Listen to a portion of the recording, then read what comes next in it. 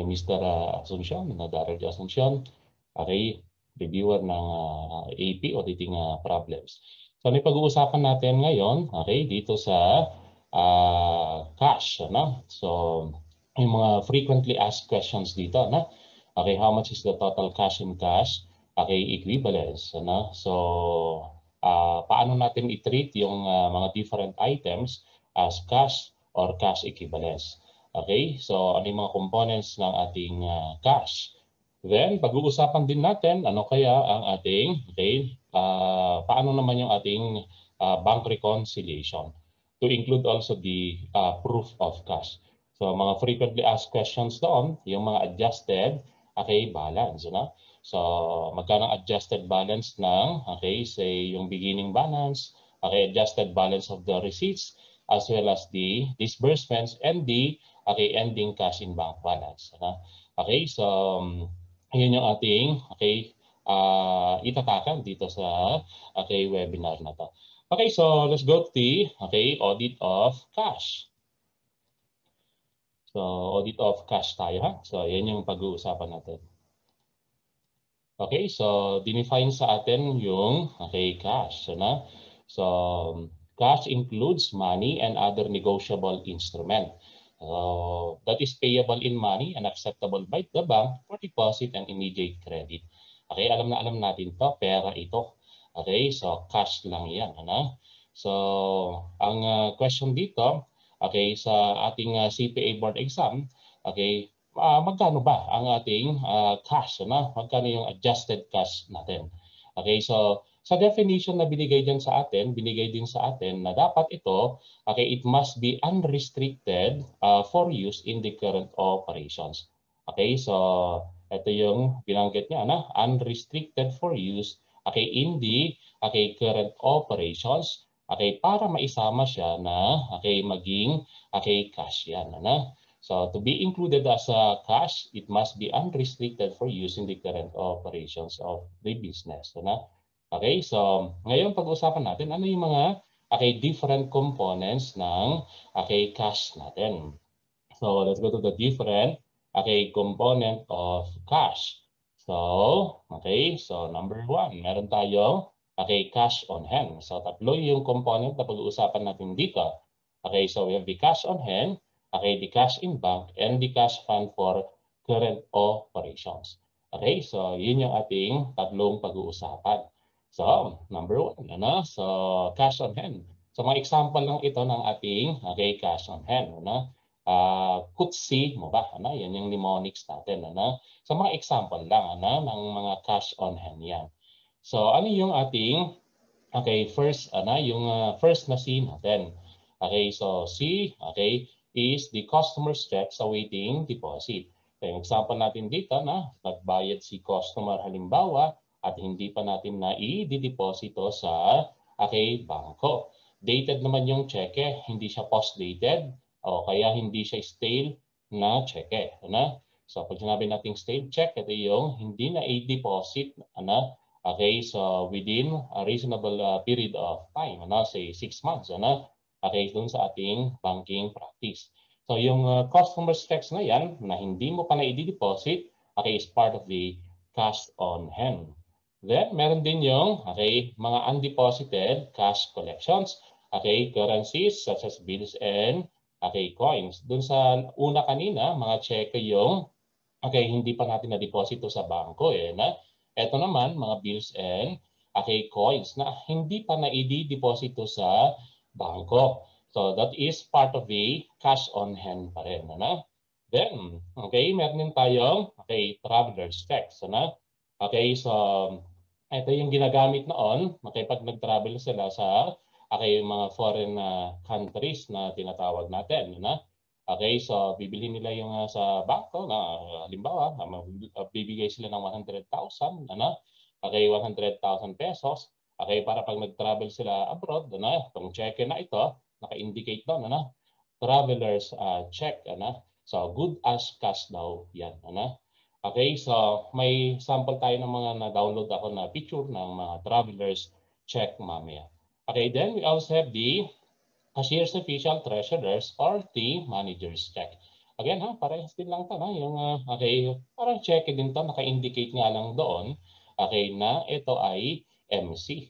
Okay, managers, okay, check, So, in a way, parang yung sa, okay, traveler's check, yan, yung mga mga example ko na palaging ginagamit natin, Okay, halimbawa, gusto mong mamasyal, halimbawa, dyan sa, okay, Boracay, Okay, example ko palagi yun, So, galing ka dito sa Baguio, sa Baguio ka, halimbawa, Okay, so gusto mong ubusin yung 2 million pesos mo, Okay, so ubusin mo lahat yan, Kaya lang, ayaw mong bitbitin yung 2 million pesos pagpunta mo sa Boracay.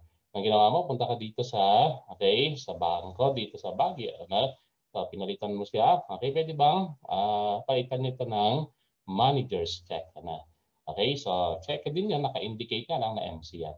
Okay, para good as cash yan, pagpunta mo sa, okay, Boracay, makukuha mo kaagad yung 2 million pesos mo, Okay, that's the, okay, manager's check. May example tayo mamaya.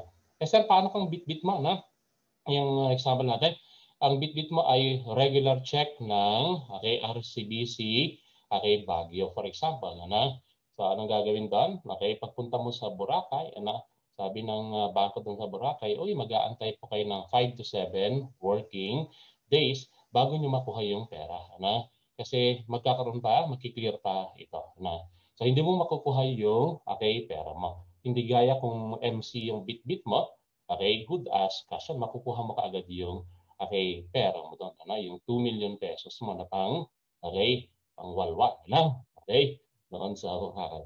Okay, so next. So, the next one is, okay, mga postal, okay, money order, So, may example din tayo mamaya dyan, ng postal money order.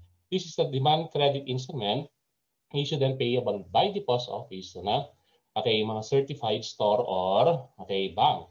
Okay, so mga banking institution na, So, postal, okay, money order yung mga yan, So, example, may example din tayo mamaya, ng, okay, itsura, ano ang itsura ng ating, okay, money order, Okay, then, okay, we also have the, okay, bank draft. Okay, a written order addressed to the bank to pay an amount of money to the order of the maker, So, yung mga nature kasi nito, halimbawa yung bank drafts, So, halimbawa, So, ako, bibili halimbawa ako ng kotse, okay? So, mababa yung credit limit ko, O kaya naman, okay, hindi ako masyadong pinagtitiwalaan sa, okay, doon sa supplier ng ating kotse, halimbawa. So, sabi ng supplier na ayaw ko ng regular na cheque. Okay, gusto kong bank drafts, So, pumunta ako sa bangko, So, I need 300,000 pesos.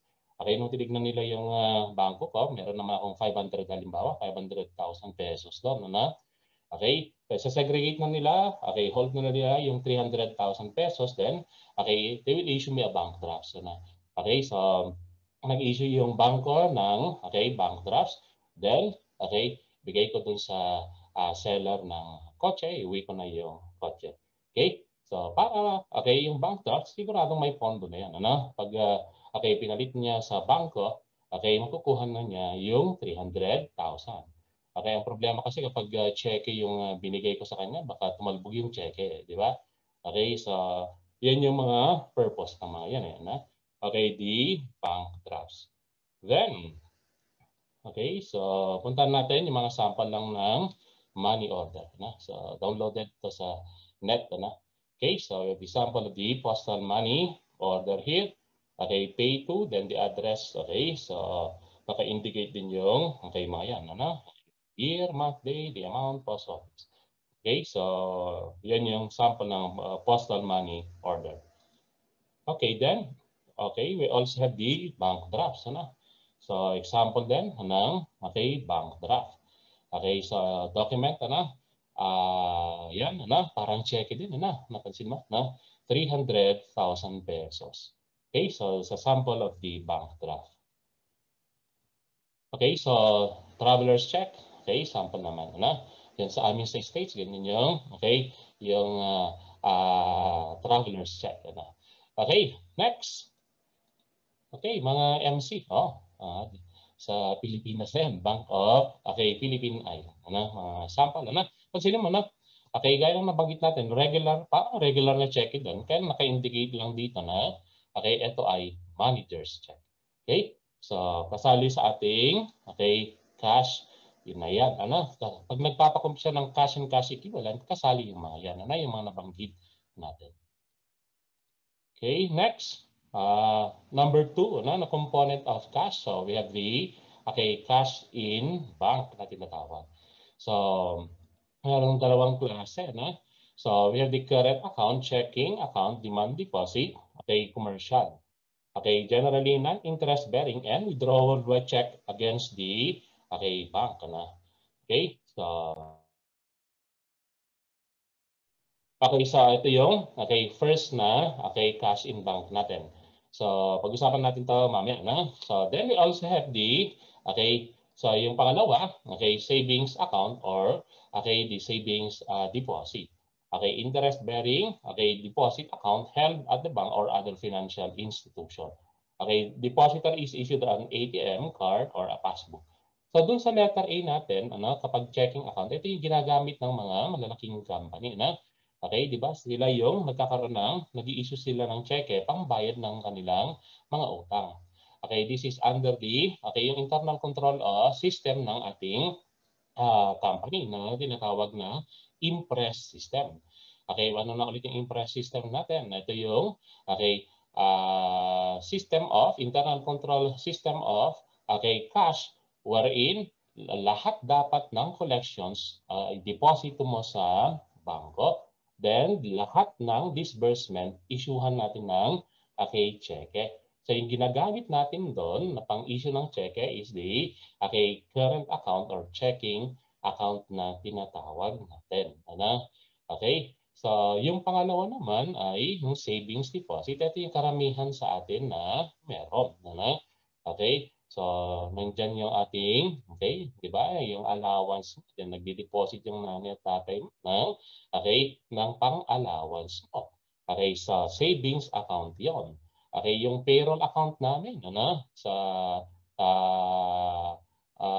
undergrad o kaya sa review, dito sa Rio, so, naka-deposit yan sa savings account, So, sa savings account niya, natin na ilalagay so karamihan sa atin ay meron na nito so then may mga konting definition of terms tayo regarding the cash in bank. So for the types of deposits, so we have what we call as the demand deposit. Ang demand deposit ay checking saka savings. So generally speaking, pag sinabi natin demand deposit, it does not refer only to the checking account, but it also include the savings account na tinatawag natin. Then number 2, meron tayong time or deposit or the certificate of deposit. Ano ba yung tinatawag na time deposit? Ano ba yung demand deposit naman? So, i-define natin. Bigyan natin yan ng definition. So, demand, anytime na gusto kong, may pera ako sa bangko, anytime na gusto kong kunin, makukuha ko. I can demand the bank, kunin ko, magamit ko yung, pera. It can be withdrawn any time. So, dito sa demand deposit, gaya ng nabanggit natin, kung kumpara mo sa term or time deposit, mas maliit ng konti, mas maliit yung ating interest nito, itong demand deposit kumpara sa time or the term deposit.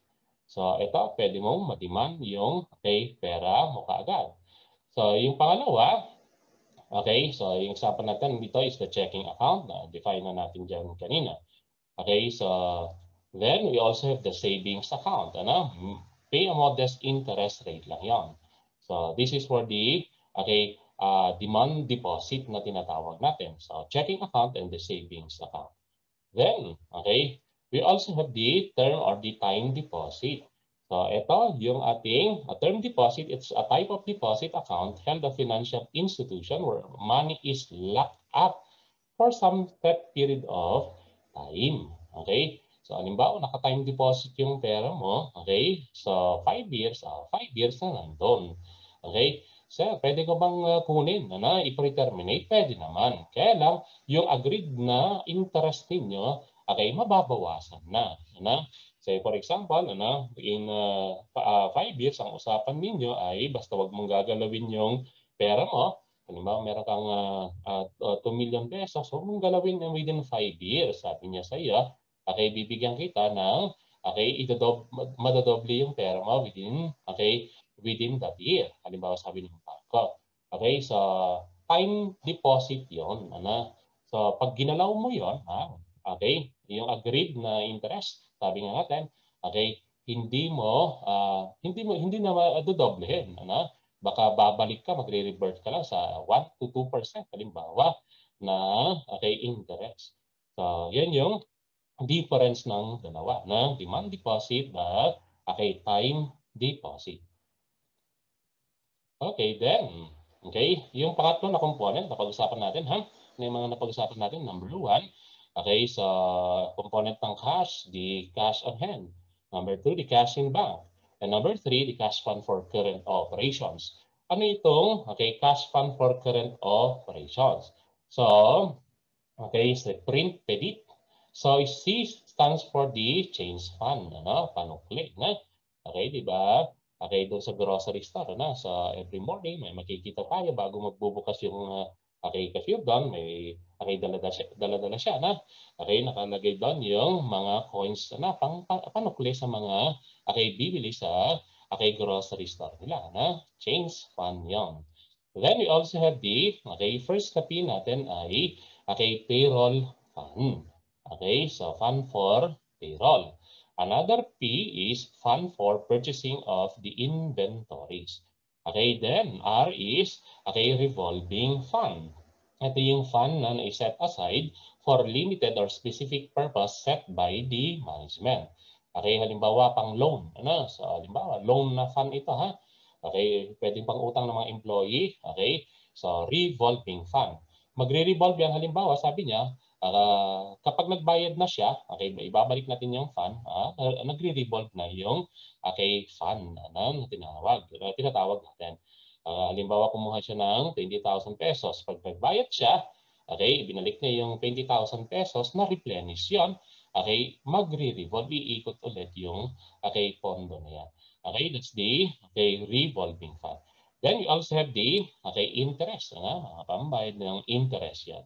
Okay, then pay is okay, petty cash fund for small and okay, miscellaneous disbursement. Okay, small or okay, miscellaneous disbursements ang tawag natin. So petty cash fund. So yan yung fund na okay, hawak-hawak ng advanced financial accounting reviewer natin dito sa RIO. Petty, okay, maliit kasi, petty cash fund. So, yan yung ating, okay, PE natin dyan. Okay, for small disbursements. And then we also have the, okay, DI, so dividend fund, pambayad ng dividends. Then, meron tayong dalawa, okay, so we also have the travel fund and the, okay, tax fund naman, So, travel and the tax fund. Okay, so itong mga to, ang nature nito ay mga current operations kasi. Kaya kung nagtatanong siya, how much is the total cash? Okay, kasali itong mga to. So how much is the total cash? Kasali yung, okay, kutsi mo ba, yung siparin-pedit natin, saka yung, okay, demand deposit, okay, natin, ito include yung ating checking account and the savings account. So, question. May mga funds din po ba na non-current in nature? Okay, meron naman. Okay, ito yung next na okay, pag-uusapan natin. So, fund for non-current operations. So, kapag nagtatanong siya ng cash and cash equivalent, hindi kasama itong mga ito, kapag silent yung problem. So, ano yung mga to, So, okay, not included as part of cash yan, Okay, doon sa statement of financial position, ito kasi, di ba, ang cash and cash equivalent, ito usually yung first line item natin sa ating okay, statement of financial position sa current asset. So, kapag fund for non-current operations, they are not included as part of our okay, cash. So, hindi yan, okay, kasali sa cash. Ano itong mga to? So, ang example ay PASIS. Ano? Okay, so P, okay, ito yung pension fund. Dalawang P yan. Ano? Okay, another one is, okay, preferred redemption fund. Okay, then, okay, fund for acquisition of, okay, property, plant, and equipment. Ano? Dito sa fund for acquisition of the, okay, PPE, ito, di ba? Ito yung, meron kayong, okay, mga example dito, no? Okay, meron kayong asset replacement, okay, fund, ano, tinatawag eh. Okay, so asset replacement fund.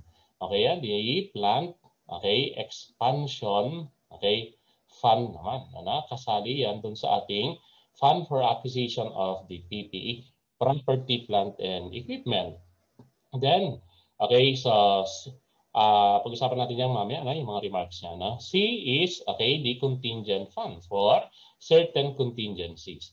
I is, okay, insurance fund. That is for self-insurance. Okay, and S is the, okay, sinking fund. Okay, so question, paano ang treatment natin dito? Na kapag silent yung problem, wala siyang sinasabi, non-current asset ito na, okay, mga long-term investment. Pero kung meron siyang related liability, halimbawa itong sinking fund. Itong sinking fund na ito, pangbayad halimbawa, okay, for example, ng bonds payable. So, pangbayad ng long-term liabilities kasi ito na, assuming the reporting date is December 31, 2020. At itong bonds payable natin na ito, mag-due siya, halimbawa, June 30, 2000, okay, 30 pa. Okay?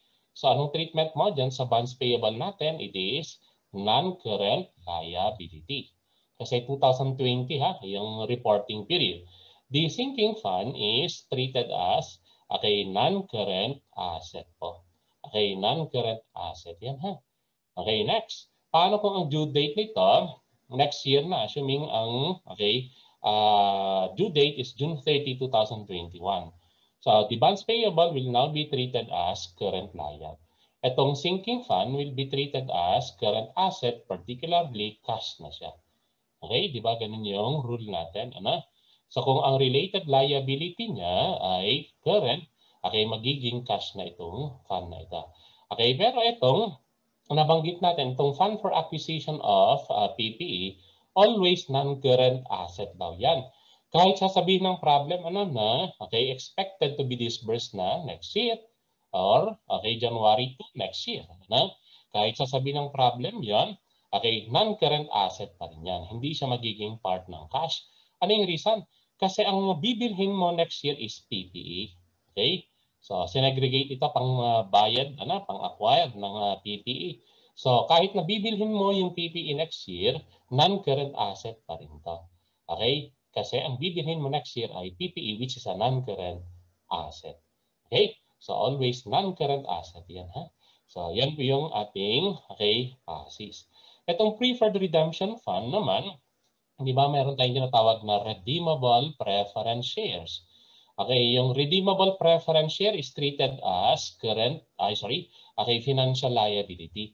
So same rule will apply for redeemable preference shares. Okay? So kapag ang redeemable preference shares ay magiging halimbawa non-current liability yan, okay? This fund, preferred redemption fund is non-current asset. Pero kung itong redeemable preference shares natin ay current asset na, magiging part na rin yan ng current asset, particularly magiging cash na yan. So, yun yung rule na ginagamit natin dito. Okay, next. Tuloy lang natin yung discussion. Okay, may konting note. Yan yung nabanggit natin. So, kung related liability is current, the cash fund is current, magiging cash na siya. Okay, pero kapag non-current din yung ating cash fund. Ito magiging part na siya ng tinatawag natin na cash. Okay, so yan yung ating kailangang tandaan dito. Kasi may mga problems na ganun. Establish yung sinking fund. Nakalagay na yung bonds payable niya ay magbabayad na next year. So magiging part na yun ng cash natin. Next, tuloy natin. ay konting discussion lang dun sa ating financial instruments. Although ang financial instruments, ma-discuss yan sa ating investment. Ano? Okay, so ito yung ang financial instruments ay may tatlong klase. No? So first we have the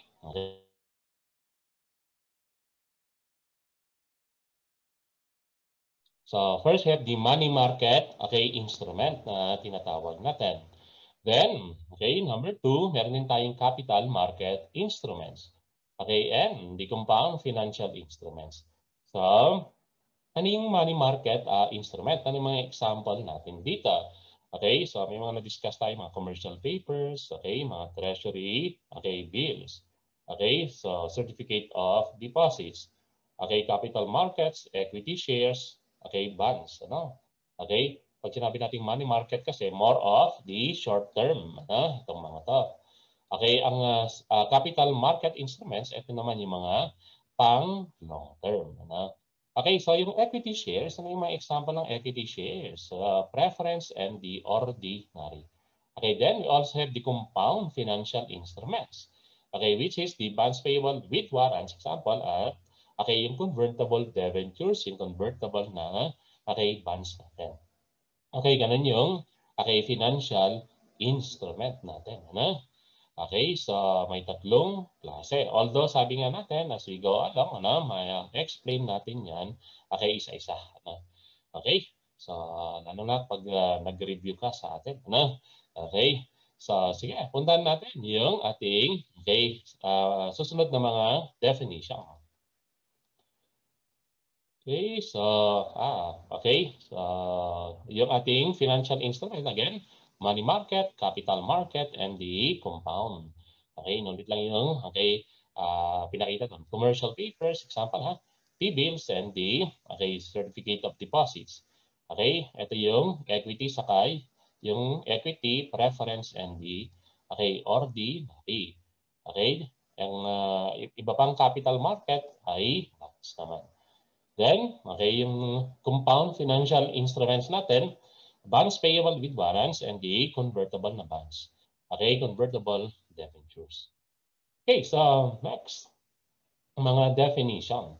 Pag sinabi natin, okay, financial instrument. Okay, so ano yung financial instrument? Ano? Ito daw yung, ito yung definition na binigay ng IFRS number okay, 9 natin. Okay, sa isang company, ito daw, okay, on any contract, okay, may kontrata na, that gives rise to a financial asset of one entity. So, financial asset sa isang company at, okay, yung isang company naman ay financial liability or equity, okay, daw yun. So, this is, okay, a contract, any contract that gives rise to financial asset of one entity. Okay, financial assets sa isang company, financial liability or equity, okay, sa isang okay, company. Ano? So, ganun po yung ating mga financial instrument. Ano? So, we will have more detailed discussion when we go to the investments regarding the financial instrument. Ano? Okay, so dun sa ating definition, ano? Okay, pag-usapan natin na, okay, kontrata daw to, At the same time, okay, ano ba yung mga example ng mga financial asset and a financial liability, or equity instrument of another entity. Okay? So, yan yung ating, okay, mga susunod na discussion, Okay? Next. Money market. Ano yung example natin? Ito yung, okay, binigyan natin kanina na example. Ang money market ay, okay, sample ng mga financial instrument natin, more of the, okay, short-term funds tayo. Okay? So, financial relationship created between suppliers and demanders of the short-term, okay, funds. Capital market naman, more of, okay, long-term funds. Yan. Okay? So, dito sa ating cash, okay, cash and cash equivalent. So, pinag-uusapan lang muna natin dito ay, okay, yung ating money market instruments. So, as we go along, mapapag-uusapan natin yan, okay, capital market na yan, and also the compound financial instruments na, okay, pinag-usapan natin kanina. So, more of, okay, the money market instruments tayo. Okay? Sir, ano yung issue na kailangan natin i-tackle dito? No? Kasi yung iba, sa susunod na lang, ano? Okay? Na mapag-uusapan yan when we go to the investments, ano? As well as the financial asset. Ang issue natin dito, kapag yung money market ba ay kasali dun sa ating definition ng ating cash equivalence. Kasi, di ba, yung first line item natin ng ating cash ay, dun sa statement of financial position ay cash and cash equivalence. So, kailan siya magiging cash equivalence? Yun lang naman ang kailangan natin i-tackle dito. No? Okay, so next. So, punta natin yun. No? So, commercial papers. Okay, this is a form of financing consisting of short-term unsecured promissory note issued by firms with high credit standing. So kapag may ang nag-issue usually dito mga high credit standing ng mga companies, ano? So babalik pa rin ulit tayo sa question na 'yon, ano? Yung mga commercial papers ba na ito, na yung mga nabanggit natin kanina ay cash equivalent ba? So, yun yung kailangan nating ma-settle, ano? Okay, kasi nandito tayo sa cash and cash equivalent, ha? So, okay, treasury bills naman. Ano ba yung mga treasury bills na tinatawag? Okay, this is a short-term government debt obligation backed by the Treasury Department.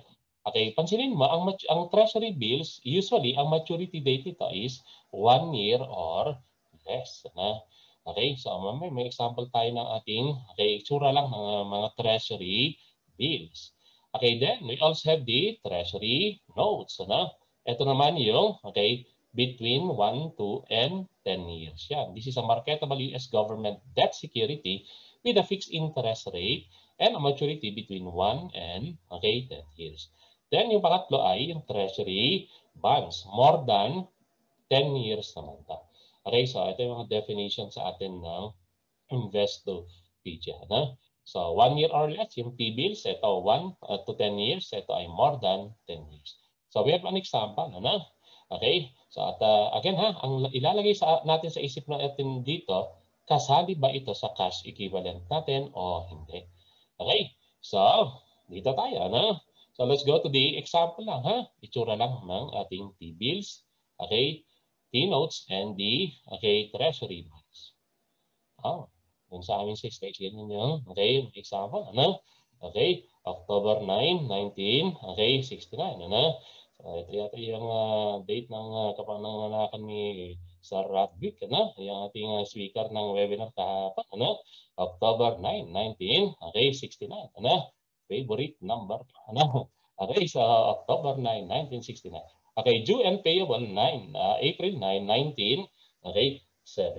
Okay, this is an example of the treasury bills. Tingnan mo, okay, yung kanyang maturity date. So, 1969 to April 9, 1976 months lang yan. Okay? So, parang gano'n. Okay?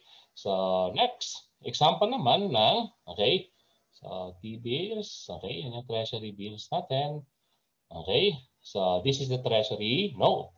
Okay, pansinin mo naman ito, August 16, 1976 to August 15. 1 year naman ito, Okay, August 15, 19, okay, more than pala, Okay, kala ko 1 year lang, Okay, so this is 10 years, Okay, so 10 years, Saktong 10 years yung ating, treasury note, 8% na T-note naman.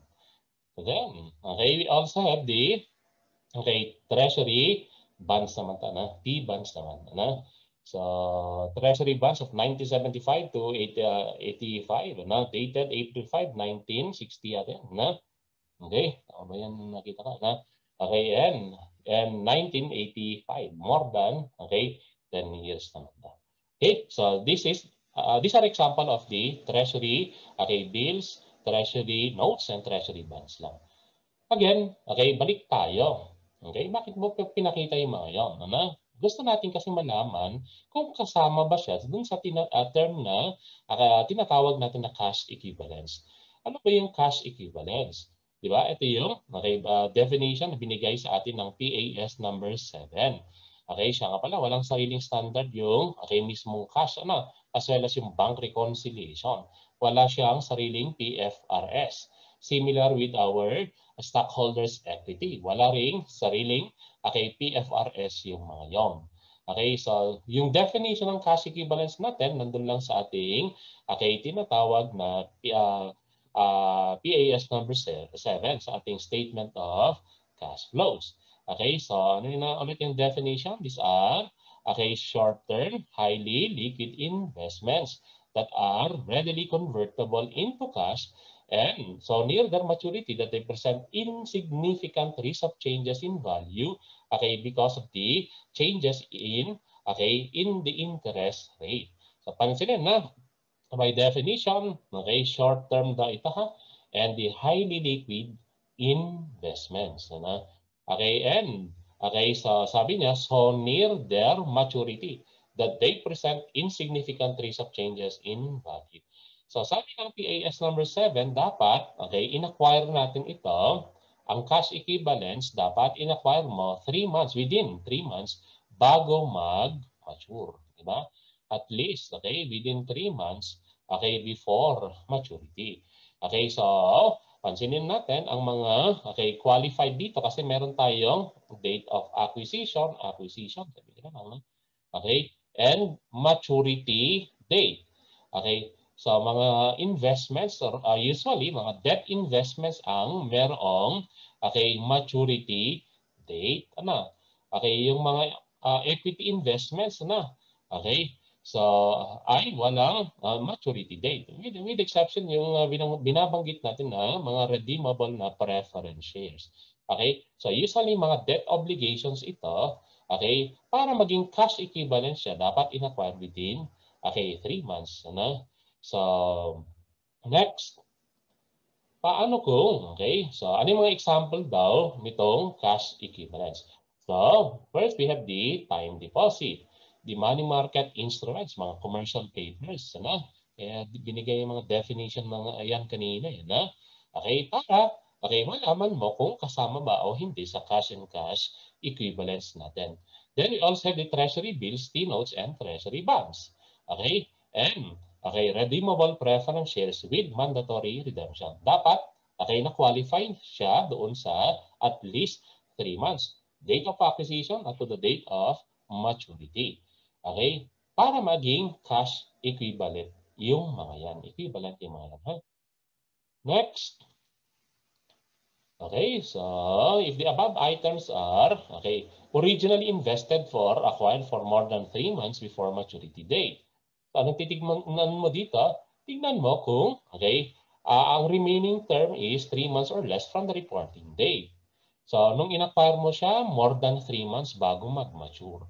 So kapag ganun yung kaso, short-term investment yan pero kung ang maturity date ay within 1 year from the reporting date, short-term investment pa rin yan. Pero kung more than 1 year ang remaining term, that would be long-term investment. And number 2, originally invested or acquired for 3 months or less before the maturity date. So malamang kasali na ito sa ating cash equivalents. So mga cash equivalents na yung mga yan. Next, may konting note lang tayo. So kapag hindi daw siya na-qualify na cash equivalent, investment yan. Either long-term or short-term. Depende kung kailan magmamature up to the period of maturity.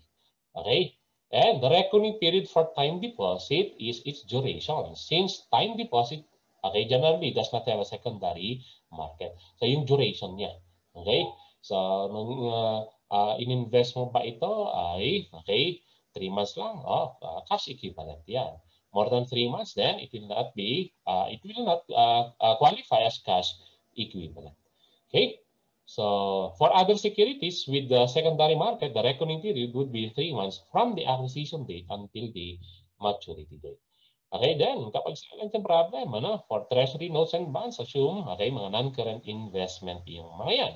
Kasi yung nature niya long-term. And the cash in money market account, so particularly this will be cash equivalent. For time deposit, so cash equivalent din yan kapag silent yung problem So pag-usapan pa natin yung ibang mga items natin Okay, mga frequently encountered items dun sa computation ng cash and cash equivalent. So, yung una, no? So, kapag cash, this is measured at face value. Okay? So, pag may 1,000 pesos ka, 1,000 pesos yung value niya, no? Okay? So, hindi pwedeng maging 900 lang yun or hindi pwedeng maging 1,500 yun. Okay, then we also have the cash in foreign currency. So, meron kang $10,000 dun sa RCBC Bank. Okay, it should be translated to Philippine peso using the closing rate or the spot rate at the reporting date. Okay, yan yung ating cash in foreign currency. Next, ang ibang items pa na mga na-encounter natin sa cash and cash equivalence na question. Okay, so one, yung ating deposit in foreign bank. Okay, may deposito tayo sa Swiss bank. Okay, Switzerland bank. Okay, ano ang treatment natin dyan? So, tignan mo kapag unrestricted siya as to withdrawal. Kapag unrestricted as to withdrawal, okay, o kaya naman yung isa ay restricted as to withdrawal. So, kapag unrestricted as to withdrawal, ito ay magiging part ng cash. Kung hindi, okay, so it will be, okay, material, classified siya as receivables. Next. Okay, bank overdraft. O, meron kang BO. Ito yung negative account sa isang balance. Okay, so, pero, di ba, bawal sa Pilipinas yung bank overdraft Okay, pero sa amin sa States, pwede yan Okay, so, tignan mo daw kapag, okay, so negative account yan sa isang, cash in bank account. Okay, so titignan natin dito kapag bank overdraft. Kapag bank overdraft, tignan mo kung, different bank yan, or part of the cash management. Sinabi ng problem na part ng cash management yan, or different yung bangko. O kaya naman, yung pangalawa ay same bank. Yung same bank, magkaibang account, negative yung isa, positive yung isa. So, anong gagawin natin? Dito tayo sa first na scenario. Paano kung different na bank? Okay, so yung cash in bank mo, RCBC, positive account. Yung BPI mo, negative account. So, anong ating gagawin? So, kapag different bank, the bank overdraft is current liability yon. Huwag mong i-offset sa account with positive balance. Okay? Pero kapag same bank yan, it may be netted against the account with positive balance. Okay, offset mo na lang, ibawas mo dun sa account with positive balance. Okay, then kapag silent yung problem, okay? So dito tayo sa ating, so bank overdraft. Kapag silent yung problem, we assume ito tayo. Current liability ang treatment mo. Okay, next. Susunod ay compensating balance. Okay, ito, binigay din sa atin yung compensating balance. So, compensating balance is a minimum checking account balance that must be maintained in connection with the borrowing agreement with the bank. So, umutang ka, 3 million. Sabi ng bangko, doon sa loan mo na 3 million, 10% dyan or 300,000 is a compensating balance. So, anong gagawin natin? Okay, kapag compensating balance. So, number one, tignan mo kung not legally restricted as to withdrawal or legally restricted as to withdrawal. Yan. Okay, kapag not legally restricted as to withdrawal, yung compensating balance is part of cash. Okay? Halimbawa, yung balik tayo sa example kanina, Okay, 3 million pesos, 10%, sabi niya 300,000 is compensating balance. Kapag not legally restricted as to withdrawal yung 300,000, ang cash mo na nandun sa bangko, is yung 3 million pesos na yan. Okay, pero kung legally restricted as to withdrawal, tignan mo yan, Okay, like father, like son na rule, The accessories follow the, principal, Okay, anong like father, like son na rule natin, tignan mo daw kung ano yung tinatawag natin na related na loan. Kapag ang loans payable mo is long-term, the cash held as compensating balance is also long-term. Okay, and kapag ang ating loans payable naman ay short-term, the cash held as compensating balance is also short-term. Okay, Ganun po ang ating compensating balance. Ano? So, next. May mga problems dyan minsan nagtatanong sa'yo, magkano ang ating effective interest rate. Okay, given may compensating balance. Paano natin kukumpitin yon? So, ito yung formula. Okay, so this is simply the yield rate, or effective rate, nag-increase tayo. So the effective rate is equal to the net interest expense divided by the net proceeds. Okay, so ito yung estimate ng effective rate mo kapag merong compensating balance at nagtatanong siya ng effective rate. Okay, that's the computation. So this is for the compensating balance. Okay, next. Paano naman kapag meron siyang company's own check? So, na-i-record na, written. Halimbawa, sabi na ng problem, written and recorded by the company as accounts payable, credit to cash in bank. Nag-debit na siya ng accounts payable, nag-credit na siya ng cash in bank. Okay, written and recorded na ng company yan. So, anong ating gagawin? Okay, so kapag ang unang kaso, ang cheque mo ay unreleased or undelivered as of the reporting period. Okay, nakapag-debit ka na ng accounts payable, nag-credit ka na ng cash in bank, pero hawak-hawak pa yung cheque. Anong gagawin natin? As of December 31 kasi, hawak-hawak mo pa yung cheque na yon. So, kontrolado mo pa yung cheque na yon. So, anong gagawin natin? Okay, so pare-parehas yung gagawin natin kapag may unreleased check or undelivered. At yung number 2, meron tayong post-dated na cheque, company's own check ito. At yung pangatlo ay na-stale yung cheque, hindi na-in-cash within 6 months. Para-parehas yung rule. Anong gagawin natin dito? Okay, written and recorded na siya as accounts payable and credit to the cash in bank. It will be reverted to cash. Okay, define muna yung stale checks ha. Okay, so hindi na in cash within 6 months. Okay, so anong gagawin natin dito sa tatlong items na to? It will be reverted to cash by debit to cash. Ibabalik mo yung cash niya and credit to accounts payable. Ano yung reason kasi? Kasi itong unreleased or undelivered check as of December 31, kontrolado mo pa yung cheque. Technically, hindi ka pa talaga nagbayad. Ano? Okay, so yan yung reason kung bakit natin ibabalik sa cash. Cash mo pa yan. No? Okay, debit cash in bank and credit to the accounts payable. Okay, ganun din kapag yung cheque ay post-dated. Yung cheque na inisyo mo ay post-dated. Okay, hindi pa niya pwedeng i-encash yan as of the reporting period. So, ibabalik mo pa. Okay, nagbayad ka na kasi nag-debit ka na ng accounts payable, nag-credit ka na ng cash in bank, ibalik mo din siya. Okay? Then, kapag na-stale yung cheque, ganun din, ibalik mo rin sa cash. Okay, cash in bank, credit accounts payable, if material.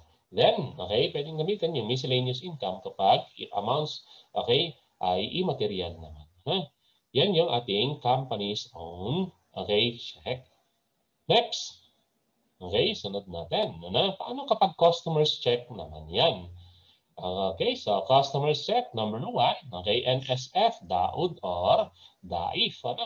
Okay, NSF, so no sufficient funds drawn against uncleared deposit or drawn against insufficient funds. O kaya naman yung cheque ay post-dated check. Or yung pangatlo naman, yung cheque ni customer ay na-stale din. Okay? So cash na ba natin yan? Okay, galing ito sa customer ha. Kanina tayo ang nag-issue dun sa previous na slide. So check, cash na ba ito? Ang sagot ay hindi pa. Receivable pa yan. Kung na-debit mo na siya sa cash at nag-credit ka na ng accounts receivable, ibabalik natin siya sa accounts receivable. So AR pa rin ito, hindi pa ito cash. Okay? So accounts receivable, ayan ha. Okay, hindi yan, cash. Next. Okay, susunod ng mga other items na, IOU, equity securities, callable preference shares, redeemable preference shares. Yan ang mga nabanggit natin. Itong mga ito ay, pupunta natin, madidiscuss natin as we go along, doon sa mga, investments. Okay, IOU is, receivable. Equity securities, mga investments, either financial asset at fair value through profit or loss or investment in equity designated as fair value through other comprehensive income. Okay, ganun din yung ating collateral na issuer, stockholders equity, investor investment naman. Okay, redeemable preference shares kapag in-acquire 3 months before maturity, then it is considered as cash equivalent. Otherwise, it will be treated as investment. No? Investment, my dear. No? Okay, investment tayo. Okay, next. Tuloy natin. Ano pa? Okay, so mga unused credit line, mga treasury warrants, escrow deposit. Okay, so ano yung ating unused credit line? No? May credit card ka, di ba? Okay, parang si Mark, no? So 1 million yung credit limit niya, no? Ang nagagastos pa lang niya ay, so 80,000, no? Okay, ang na-use up niya, no? So meron siyang 920,000 na unused. So, kasali ba yan sa cash natin? Ano? So, the difference between the line of credit applied for and approved by the bank and the amount actually borrowed. Ano? So, 1 million yung credit limit, 80 lang yung nagastos niya. Okay? Yung 920 ba na unused, cash yan. Okay? So, ayan yung pag-usapan natin yan mamaya. Okay, yung treasury warrants naman ay a warrant for payment of money into or from public treasury. Okay, cash ba yan o hindi? Okay, then yung susunod naman ay yung ating escrow deposit.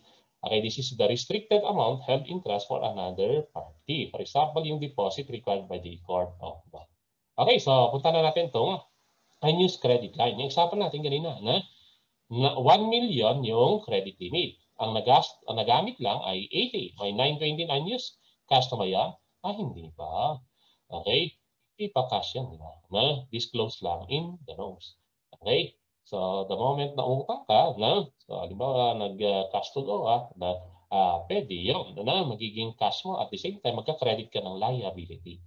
Okay, then, for the treasury warrants, part yan ng ating cash. And for the escrow deposit, so current or non-current asset or liability. Pero, so hindi yan magiging part ng cash natin. Kasi restricted yan. Hindi mo pwedeng gastusin yan. Okay? So, yan yung mga other items natin. Okay? Including yung postage stamps. Ito ay, hindi rin siya kasali sa cash mo. Office supplies or prepaid expense. Next, ano pa? May mga unrecorded cash receipts tayo or unrecorded cash disbursements. Ito ay i-record mo by debit to cash, credit AR, or other appropriate account. Kapag cash disbursements naman, record it by debit accounts payable or other appropriate account and credit to cash. Okay?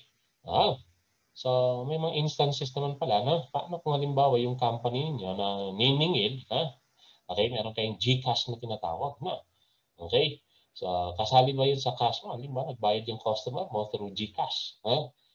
Isasali ba natin sa cash yun or PayMaya dito sa Pilipinas, di ba? Okay? Sali ba yun sa ating cash? Okay, so what's na nagbayad? That may notification na, may text na nagbayad siya, may deposit sa GCash mo, kasali ba sa, meron kang balance sa GCash na say 30,000 pesos, kasali ba sa cash natin yun? Okay, or sa PayMaya, kasali ba sa cash natin? The answer is yes. Okay, this is restricted, or unrestricted for current operations. Pwede pambayad yan sa mga suppliers mo din. Okay, so kasali yan sa cash and cash equivalent natin. So, konting problem. Okay, so punta natin yung next na problem number 1. Okay, so Easy Company reports the following information as of the end of the year. So, ang question dito, magkano daw ang ating cash and cash equivalents? So, yung una, share investment ito na. So, equity investments ito na. Ordinary shares daw, in the companies that are traded in the Philippine Stock Exchange. As a result, they are very actively traded in the market. Cash ba yan? Cash equivalent ba yan? Hindi. Okay, pangalawa, debt investment. Uy, Baka pwede.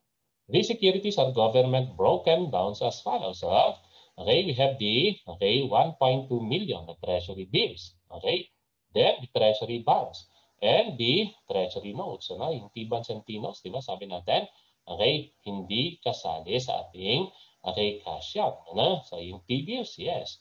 Okay, so kasali sa ating cash and cash equivalent. Then cash of 800 in the form of coin currency, savings account, and checking accounts. Ano? Again, ito hindi binigay sa atin kung ano yung date of acquisition, kung na-meet ba yung 3 months na rule natin kanina. So 800,000 in the form of coin currency, savings account, and the checking account. And, siyempre kasali mo yun, ha? Money market placement in the form of bankers' acceptances, commercial paper, and negotiable instruments with a total value of 2.5 million. So, question, magkano daw ang magiging total cash and cash equivalent natin? Ano? So, magkano? How much will be the total cash and cash equivalent? So, yung cash natin, 800,000 pesos. Okay? So, then we also have yung nabanggit natin, T-bills. Yung T-notes, hindi kasali, di ba? Yung T-bonds, hindi kasali. Then we also have the money market placement. So, okay, so kasali din yan sa ating total cash and cash equivalent. So we get the total, 4.5 million. 4.5 million yan, ha? Okay, next. Problem number 2. Subukan mo nga ito, no? Problem number 2. Try mo nga. Okay, bigay ko sa iyo yung mga data mo. No? Okay. Compute for the total cash and cash equivalent. So, I'll give you time. Ano? Subukan mo nga. Try.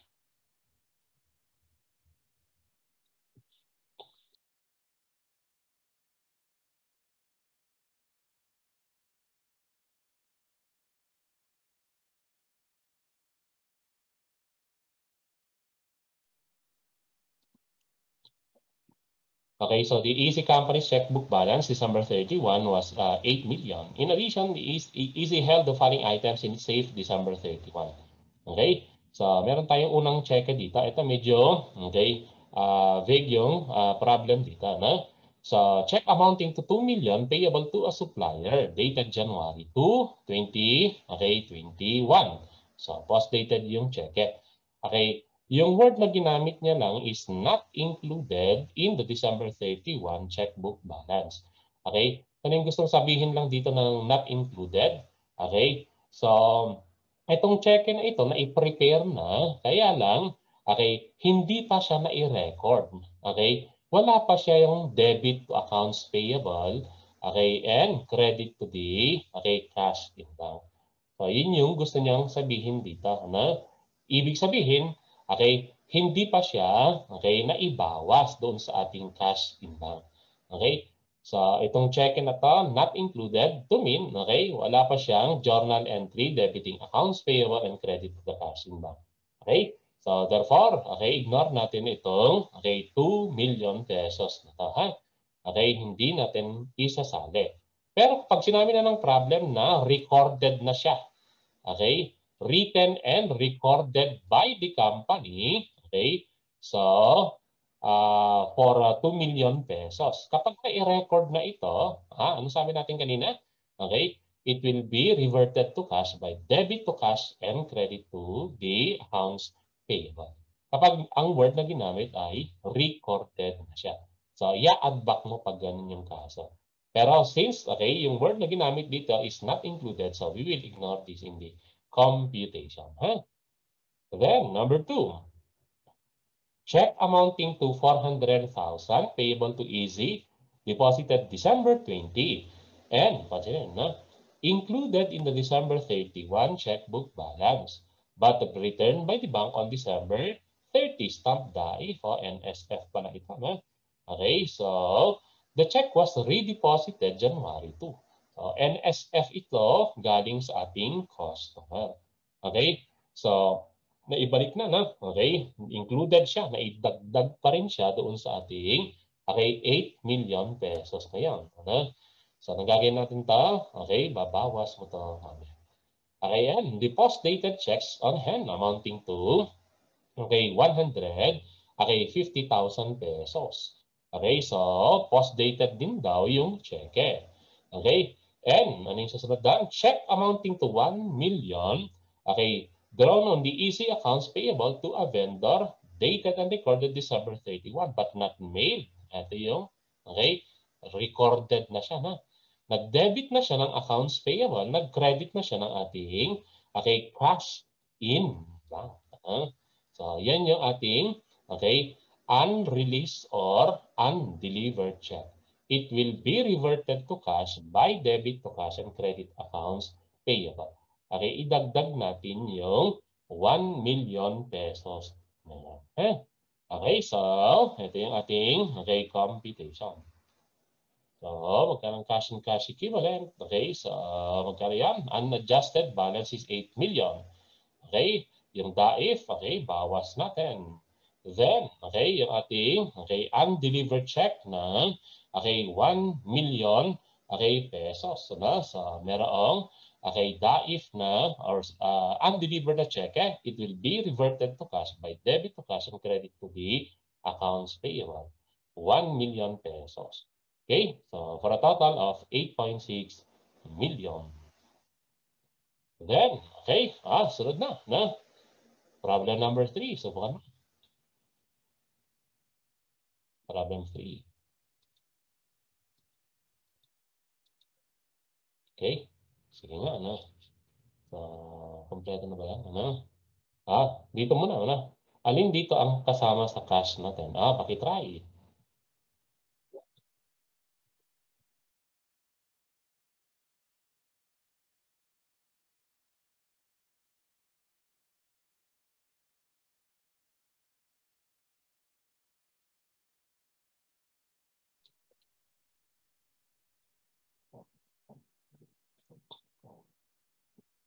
Okay, on December 31, the cash account of the EC company showed the, okay, following details.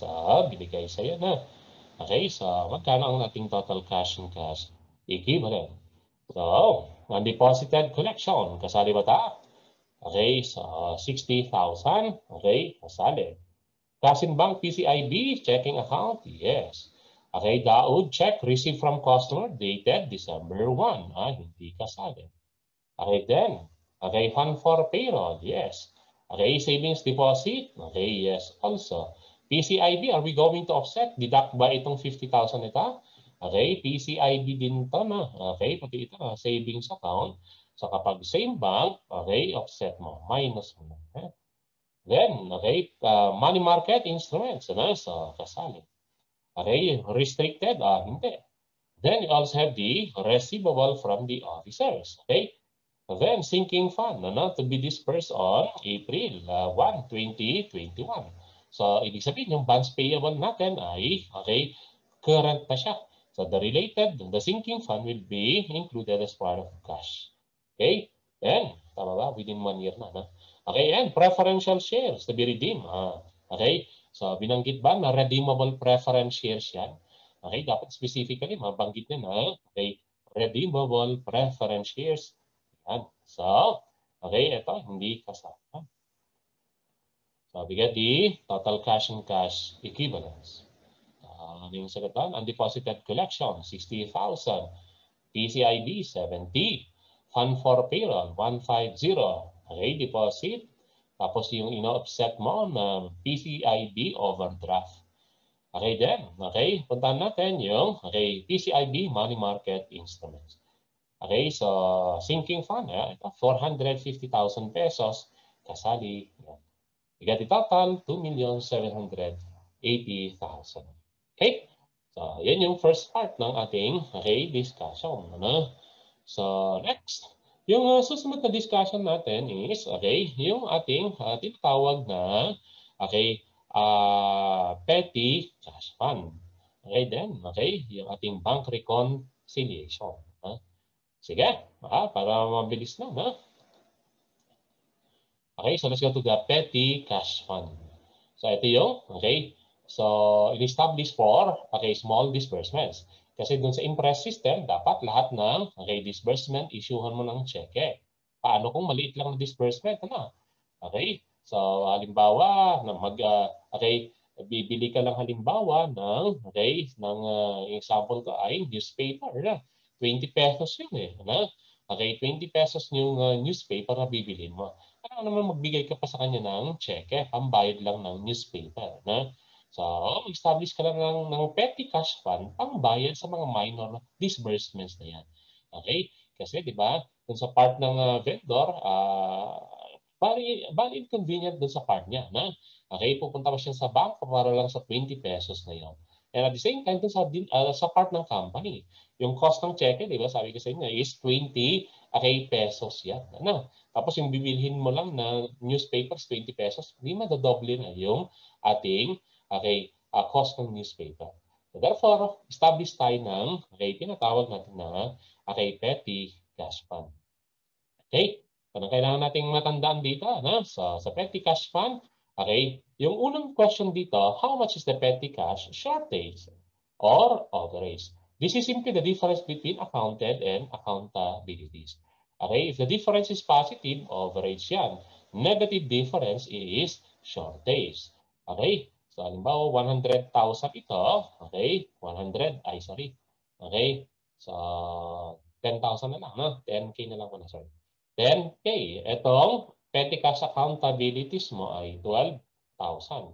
Negative difference is, okay, 2,000 pesos. Okay, so 2,000 pesos. Okay, anong gagawin ng petty cash custodian to cover up the shortage? So, pwedeng ang diskarte niya, okay, overstate niya yung accounted. Okay? Pag ginawa niyang 12,000 yung accounted, 12,000 less 12,000, zero yung shortage niya, di ba? O kaya naman, i-understate niya yung accounted. Okay? Para ma-cover up yung shortage. Ginawa ko itong 10,000 yung accounted, 10,000 yung accountabilities. Okay? Zero yung shortage. Okay? So, yun yung mga possible na gagawin. Yeah. Okay, so next question. Paano ka magkukumpit ng accounted and the accountabilities? Okay, so ito yung mga kasali dun sa accounted natin. So lahat ng mga items na nandun sa petty cash box mo, magbilang ka, halimbawa, ay kasali sa accounted natin yan. No? So example dyan, coins and currencies. Unexpended employees contributions. Assuming nandun sa ating petty cash box. Kung nailagay doon, isama mo lang sa accounted. Pero isasama mo lang din siya sa accountability siyang mga yan, mamaya. Okay, then.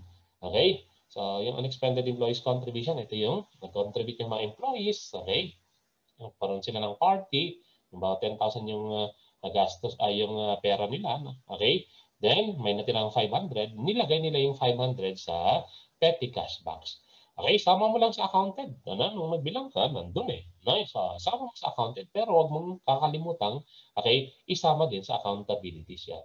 Then, ganun din kapag may cash collection of accounts receivable, dapat hindi kasali eh. Pero kung maisali siya sa account sa petty cash box, isali mo lang din sa accounted natin. Okay? Then, okay, mga unclaimed salaries. Okay, ganun din yung mga checks for deposit. Yung mga i-deposit natin na cheque na nandun sa petty cash fund mo noong nagbilang tayo. Okay, then stale checks halimbawa ng employee. Okay, nandun sa petty cash box kasama mo lang sa accountant. Pero kasama mo rin yan sa ating accountability. So, okay, next, post-dated na cheque. Ito yung mga cheque daw na, okay, ang date niya is, okay, after ng reporting date and the cash count date. And the cash count date. Okay, may mga cheque halimbawa ng employee natin na ang date niya, okay, so ang tawag natin kapag cheque ng employee, yan eh, mga accommodated na cheque na. Okay, ano yung accommodated na cheque? Ito yung, okay, may cheque si employee, okay, kailangan ko ng 500, pwede bang palitan ko na lang dyan sa petty cash, okay, fund. Iwanan ko na yung cheque ko, okay, kukuha ako ng 500 pesos. Yan, na?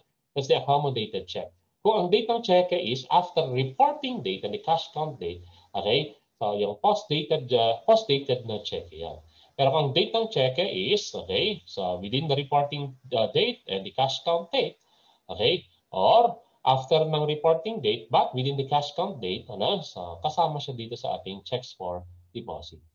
Then we also have the unreplenished vouchers. Ito yung mga, okay, mga pinaggastosan na natin from the, okay, petty cash fund. Okay? So, yan yung mga accounted natin.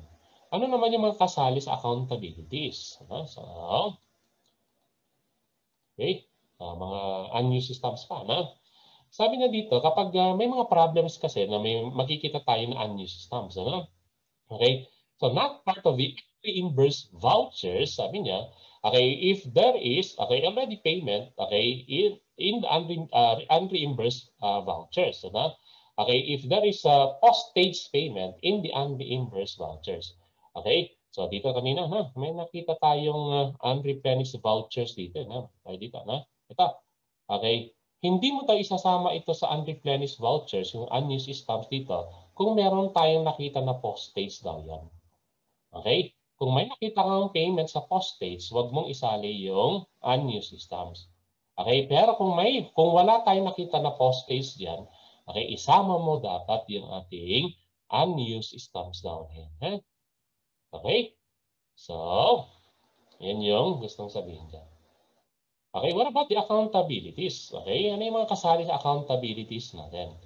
So, petty cash fund ledger balance, mga petty cash impurities, okay, except checks issued in settlement of the cash advance from the petty cash fund. Okay, mga unexpended employees contributions.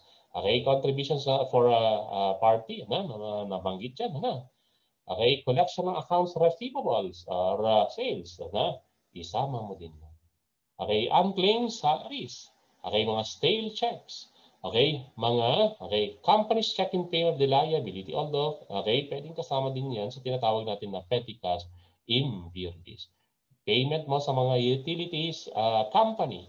Okay, so kasali din yan sa ating accountabilities. Okay, kasali rin sa impurities. Okay, so for the unexpended employees' contributions, unclaimed salary, and the cash collections of the accounts receivable, they should be included in the accounted only when it is intact or the envelope is still closed on the cash count date. So, kasama siya kung intact pa yung amount, nandun yung pera pa. Okay, nasa loob pa. Sama mo sa accounted, isama mo sa accountabilities. Okay, so paano kung halimbawa may indications daw na halimbawa may unclaimed salary, pero okay, na wala na. Yung unclaimed salary na yan. Huwag mong isama sa accounted kasi walang pera dun eh. Pero isama mo sa accountabilities pa rin. Okay? So, ganun yung, okay, gusto nating, okay, sabihin dyan, Okay, mga cheque. So, employee checks, good, NSF or PDC.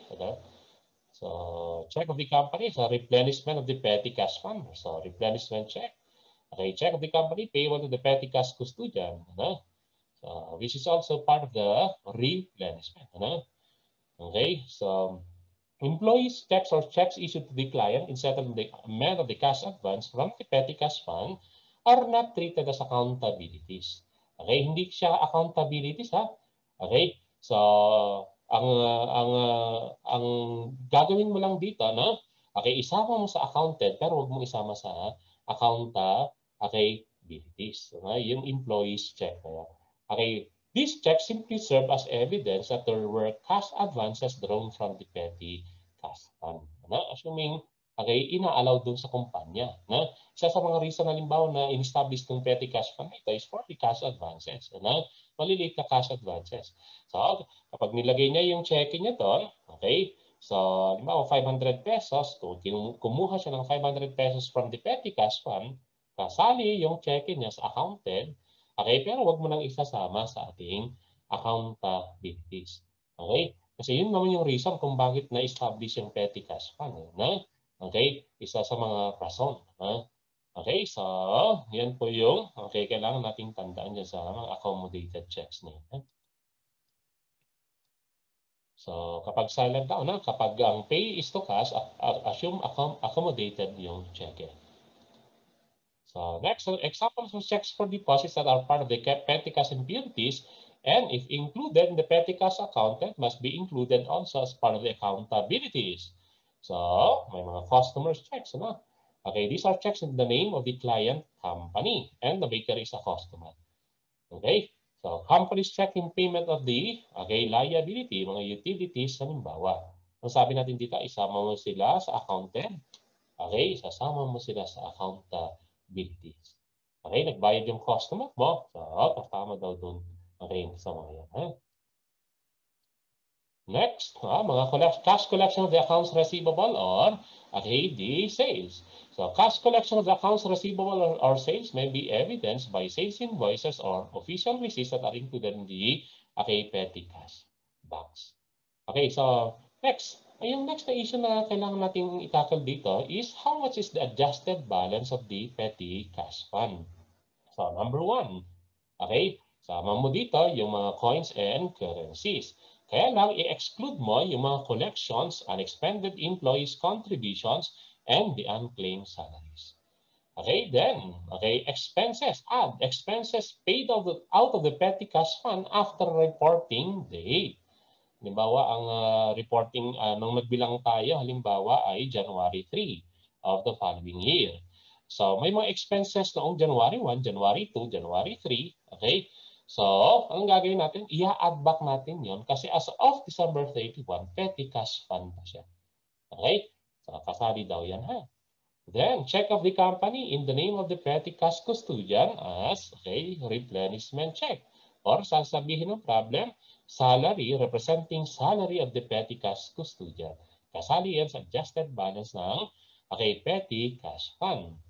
Ganun din kapag meron tayong employee check, yung good check only, not the NSF, or the post-dated na check. So, hindi kasali yung post-dated or NSF. Okay, ang kasali yung mga good na check ni employee. Okay, so, yung mga yan ay, adjusted balance ng ating petty cash fund. Okay, so, apply mo nga itong, next na problem. Tignan mo nga muna bago natin puntahan. Para sa next na problem natin.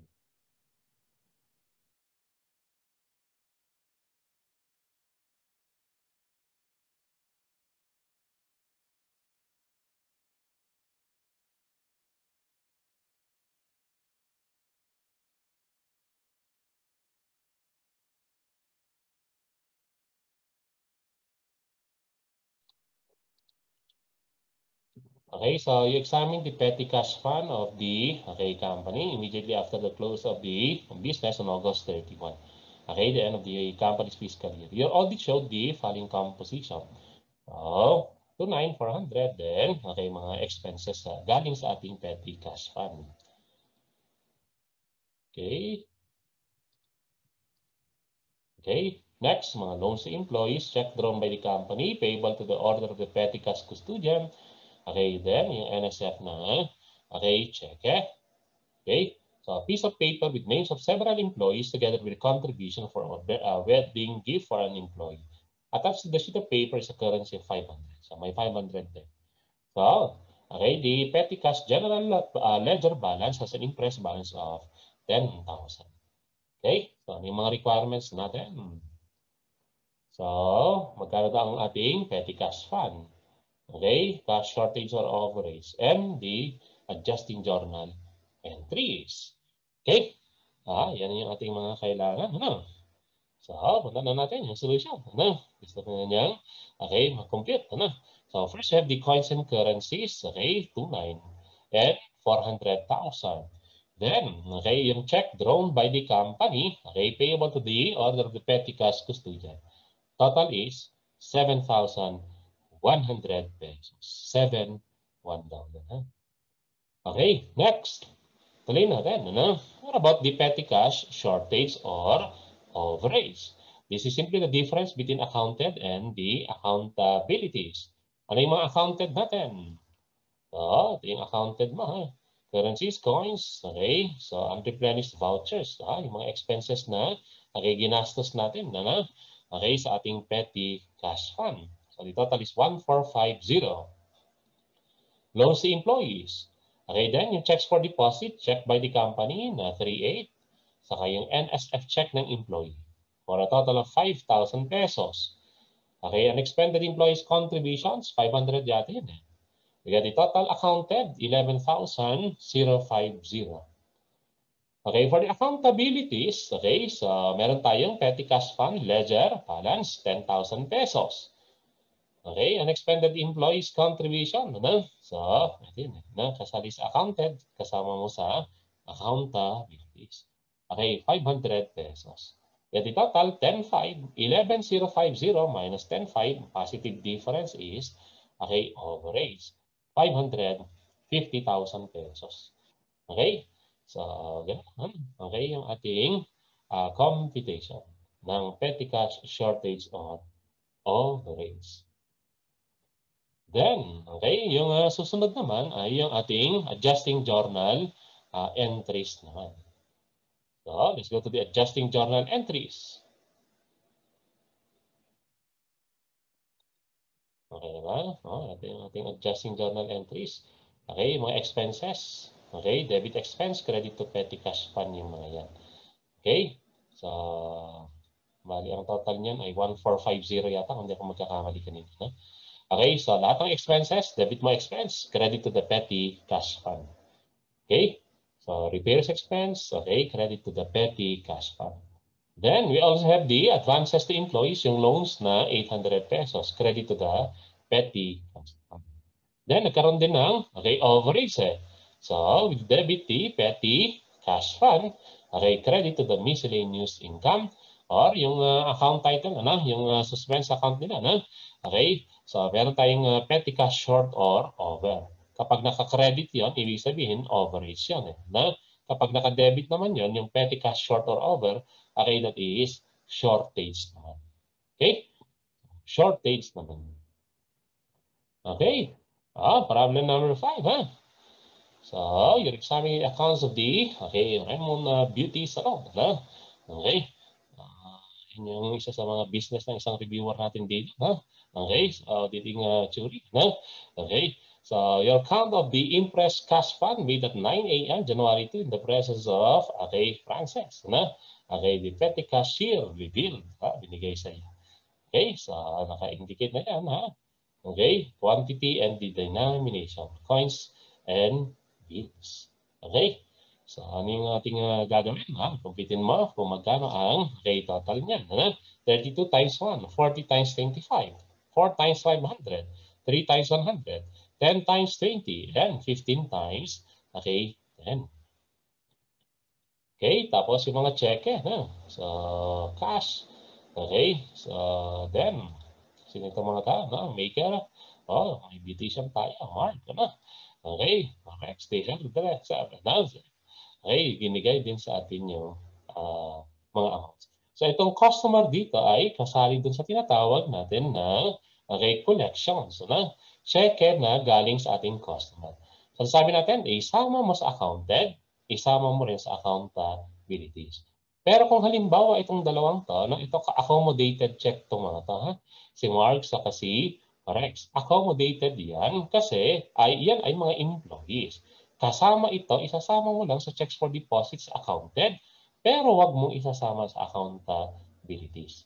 Kasi, in the first place, okay, so isa sa mga reason mo bakit in-establish natin yung okay, petty cash fund ay para dyan sa cash advances nila. Isama mo sa accounted, pero wag mong isama sa accountabilities. Okay, balik ka lang ha. Okay, pero yung ating 6,500 na yan, okay, isama mo sa accounted, pero isama mo rin sa accountability. Okay, isa pa. Itong unused stamps na to na 80 pesos. Anong titignan natin? Mamaya check mo kung mayroong payment ng postage. Kasi kung meron ng payment ng postage, huwag mo nang isama ito sa ating unreplenished vouchers. Pero kung wala pa, isama mo sa unreplenished vouchers itong 80 pesos na to. Okay? Ganun lang. No? Ang dapat nating tandaan. Okay. Meron bang, tignan mo kung mayroong payment ng postage. May mga binigay. Meron na. December 28, may payment tayo ng postage. Na. The amount is 150 pesos. Isama mo lang yan. So, okay. So kasama mo lahat ito ha, hanggang January 2. Ano? Kasi nagkukumpit tayo ng shortage and overage. Pero yung unused systems natin, sabi natin kanina, huwag mo munang isama kasi meron na tayo 150 na payment ng postage. Okay, IOUs. Okay, so 50 pesos. Okay, so 50 pesos kay Rad and okay, so 100 pesos yan. Okay, so sama mo ito sa ating okay, IOUs no, para sa ating accountant. Okay, so okay, balance daw ng petty cash fund mo, 5,000 pesos. Then we also have the invoices. So, ito mga collections ito, no? Baka yung mga pera na ito, either okay, nagamit na, or yung iba dito, nandoon sa ating, okay, ating petty, okay, cash, no? Sa bills and coins natin kanina. Okay? So, question, magkano ang ating cash shortage? So, accounted, less accountabilities lang. So, accounted, bills and coins, accommodated checks. Ito yung dalawang employees kanina. Okay, then we also have the, okay, so 11.1 niya ha. Okay, then undeposited check. Ito yung ating customer. Sabi natin, isasama mo ito sa accounted, isasama mo sa accountabilities. Yung 11.1, accounted lang siya.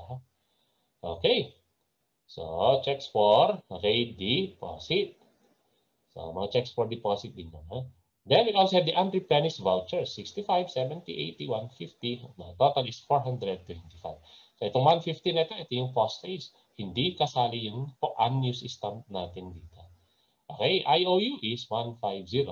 2867 ang total account. For the total accountabilities, yung petty cash fund, okay, 5,000. Then itong 6,500 na ito na. Tapos yung ating collection, mga okay, cash collections kanina as evidenced by the sales invoice. So ito yung cheque galing kay customer. Ito yung sales invoice naman, itong tatlong to. Mga undeposited collections. Yan.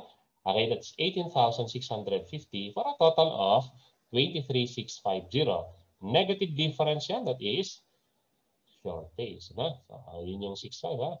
Okay, so cash shortage of 2,783.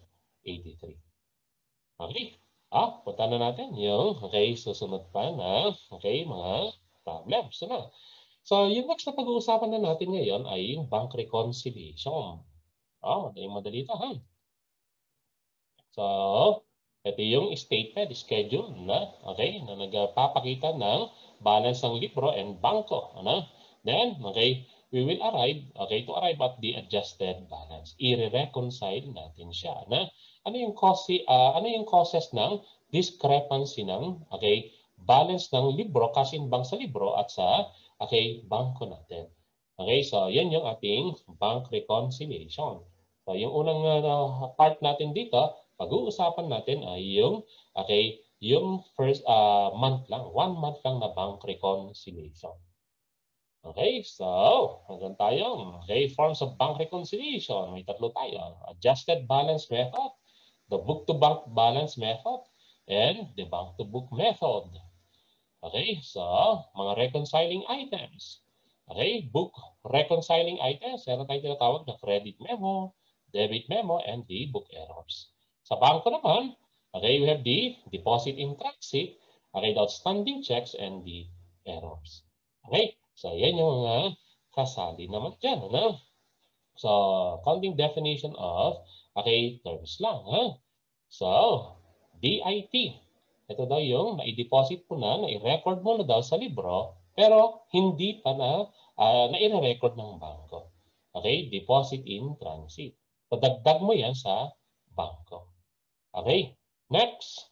Okay, mga example ng mga ating, okay, deposit in transit. So collections are already forwarded to the bank for deposits but too late to appear in the bank statement. Or mga undeposited collections awaiting delivery, okay, to the bank for deposit. Okay, DIT yan. Naidagdag na yan sa libro, so kailangan idagdag mo sa bangko. Okay, then, okay, OC naman, outstanding checks. Ito yung cheque na inisyo na natin sa ating mga supplier halimbawa na hindi pa na-present for payment sa bank. So, ibig sabihin na ibawas na ito sa libro, pero hindi pa na ibabawas ng bangko kasi hindi pa niya na-present for payment. So, ibawas mo yan sa ating bangko, no? Unadjusted balance ng bank. Then, ang certified checks, these checks that the bank already certified as having sufficiency of funds and thus technically are no longer outstanding checks. Therefore, kapag may certified checks tayo at naisama pa siya sa outstanding, ibawas mo. Hindi na siya outstanding checks. Yan. Okay. And then, debit memo. Ang debit memo naman, ito yung halimbawa yung mga bank services na ibawas na ito sa ating bangko pero hindi mo pa na ibabawas sa libro. Therefore, bawas yan sa libro natin. Example, BSC, mga charges for interest, collection, and checkbook and penalty. Mga NSF, DAID, or DAUD checks ng customer natin. Okay, then we also have the payment of loan. Okay, next, meron pa. Final withholding tax on the interest income. Yung susunod naman ay yung credit memo. Ang credit memo, nagbayad yung ating customer, diretso siya sa bangko. Naidagdag na yun sa cash mo sa bangko, pero hindi pa naidagdag doon sa ating libro. So, kaya idagdag mo yan sa unadjusted balance ng book natin.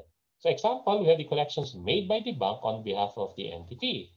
The proceeds of bank loan credited to the account of the entity and the matured time deposit.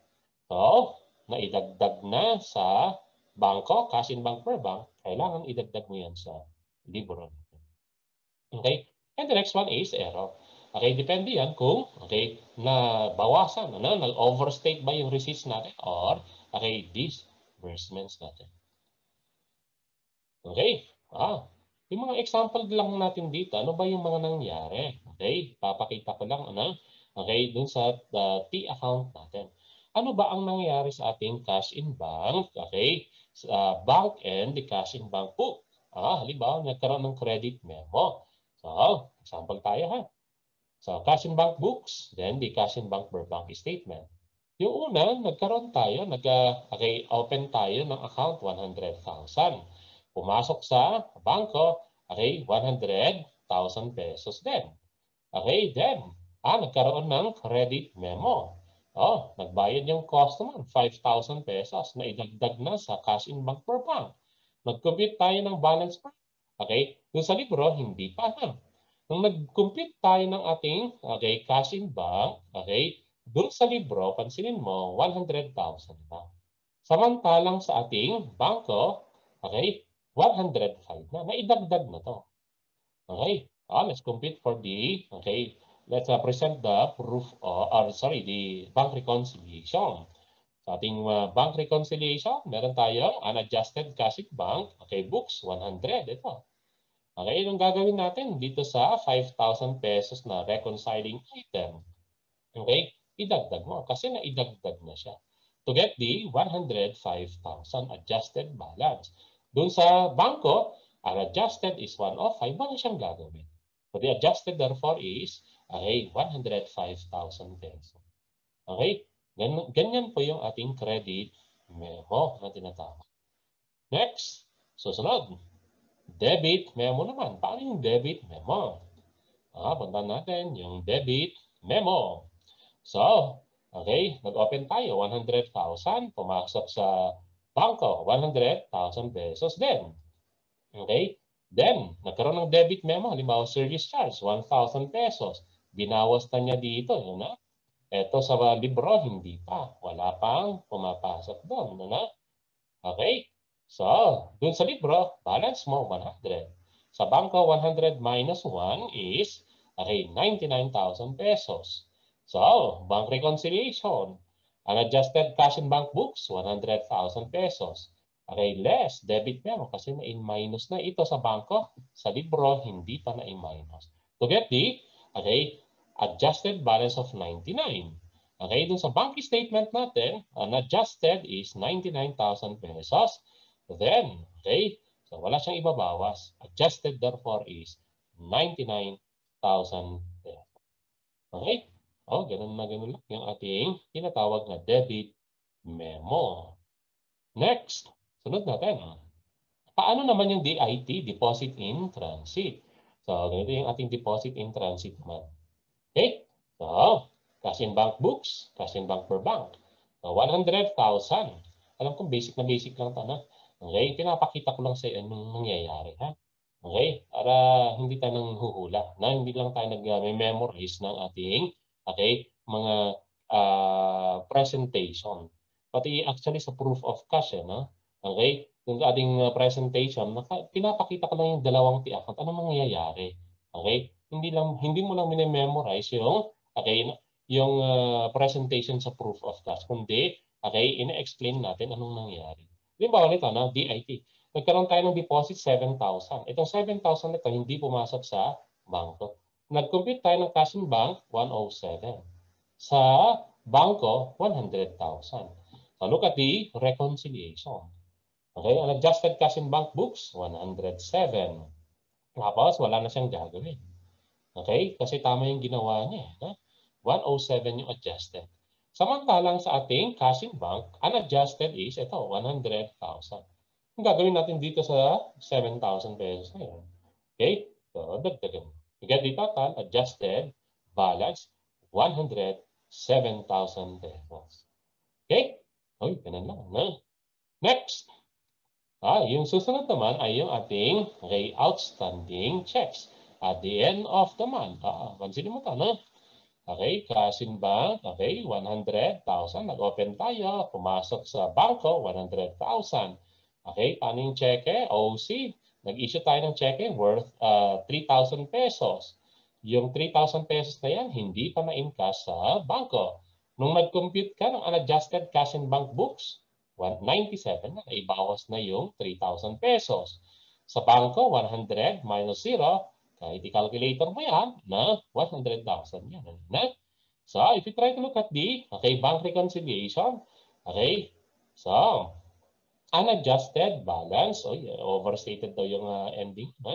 So, the unadjusted cash in bank is 97. Okay, less, wala kang ima-minus. The adjusted is 97. Samantalang sa bangko, okay, unadjusted is 100,000. Okay, bawas tayo ng 3,000. Itong 3,000 pesos na ito na hindi pumasok. To get the adjusted balance of 97,000 pesos. Okay? Ganun no. Then, paano naman yung erroneous bank credit at the end of the month? Okay, so, ganito yung ating erroneous bank credit, ha? So, cash in bank books and bank. Nag-open tayo 100, pumasok sa bangko. Ano kung nagkaroon ng erroneous bank credit? Nag-credit siya 4,000. Dinagdagan niya yung pera mo. Hindi pala, mali pala siya. Okay? Ang balance mo, ang correct is 100,000. Sa bangko, 100 plus 4 is 104,000 pesos. Okay? So, okay, 4,000. Overstated ang receipts. Okay, overstated yung ending balance. Ano gagawin natin? Okay, unadjusted cash in bank books, 100,000. Wala tayong gagawin. Ha? Okay, samantalang dun sa ating bangko, 104 yung unadjusted. Anong gagawin mo dito? Overstated to, ha? Sobra ng 4,000, overstated yung ending mo. Bawasan mo ng 4,000 pesos. Okay, you will have the adjusted balance. Okay? So, ganun po kapag erroneous bank credit. Next, what about the erroneous bank charge? Cash in bank books and the cash in bank per bank statement. Na? Sa proof of cash, ganito lang yung presentation natin. Na? Ine-explain ko lang sa iyo ano ang nangyari. Okay? Bago mo, okay, bago mo ikabisado, no? Okay? Kailangan alamin mo kung ano yung nangyari. Halimbawa dito, nagbawas siya ng 2,000 pesos from the 100, ang balance end mo 98. Okay? Samantalang sa libro, 100 lang dapat. Okay? So itong 2,000 overstated yung disbursement. Then yung ending balance mo, ano nangyari? Okay? Na-understate naman. Okay? So, look at the bank recon. 100. Okay? So wala siyang gagawin. 100,000. Okay, so unadjusted cash in bank, 98. Anong gagawin mo? 2,000. Nagbawas siya ng 2,000. Hindi dapat. Okay, so add back mo to get the adjusted balance, 100, okay, 1,000 pesos. Ganun lang ha, yung ating, okay, bank reconciliation. So the following are rules for errors assuming the company is using the adjusted balance method of presenting bank reconciliation. Okay, kapag na-understate yung cash receipts mo, kulang ang dagdag. Kulang na idagdag mo, ang gagawin mo? Okay, dagdagan mo. Sobra naman ang dagdag mo, bawasan. Okay, next. Kulang naman ang naibawas, understatement of the cash disbursement. Okay, and overstatement of the cash disbursement. Ano gagawin mo ulit? Kapag understated, kulang ang ating dagdagan. Sobra ang naidagdag, bawasan. Kulang ang naibawas sa number 3, bawasan. And sobra ang naibawas mo, dagdagan. Okay? So, yan yung ating mga errors. Ito na. Okay, na kailangan tandaan. Okay, ito na yung ating problem. Ano na yan? Bank reconciliation. Ito pala yung ating format ng bank reconciliation. So, unadjusted cash in bank books, add credit memo, less debit memo. Add understatement of the cash receipts and overstatement of the cash disbursements. Less overstatement of the cash receipts and understatement of the cash disbursement. So, you'll have the adjusted balance. Okay, sa kabilang side, unadjusted cash in bank, add DIT, less OC, add understatement of the cash receipts. Similar siya dito, and overstatement of the cash disbursements. Okay, less overstatement of the cash receipts and understatement of the cash disbursements. So, you'll have the adjusted balance. Okay, so ganun na pa ating bank reconciliation. So nga pala, kanina nabanggit niyo yung ating bank to book or books to bank. So kapag books to bank, from unadjusted balance ng books, yan, to the unadjusted balance ng bank. Okay? Ano gagawin natin? Kukunin natin, pababa tayo. So yung mga reconciling item ng libro as is yung mga yan. Add mo lang yung credit memo, bawas mo lang yung debit memo. Okay, add or deduct din lang itong mga to. Then, di ba, itong adjusted balance, yun din yun. Okay, tapos aakyatin natin yung ating unadjusted balance of the cash in bank per bank. So, itong dating DIT na dinadagdag mo, bawas na kasi paakyat ka na . Okay, itong OC naman na binabawas mo, add back na. Okay, ganun din yung itong dalawang to, minus naman. Okay, ito, add mo siya. Okay, so yun yung bank, books to bank na tinatawag. Paano naman kung bank to book? Ganun, bank to book. Ganun din. Yung reconciling item natin ng bank as is, makukuha mo itong adjusted balance. Yung adjusted balance, yun din to. Okay, then aakyatin na natin yung unadjusted balance of the books. So, therefore, pabaliktad na pagpaakyat. Itong credit memo na in-add, bawas. Yung debit memo naman, ito pala, napunta doon, add back ka naman. And so on and so forth. Okay, so ganun yung ating bank reconciliation. So, may last na problem yata tayo dito, bank reconciliation. Ayan na. Okay, ito na yung ating last na problem.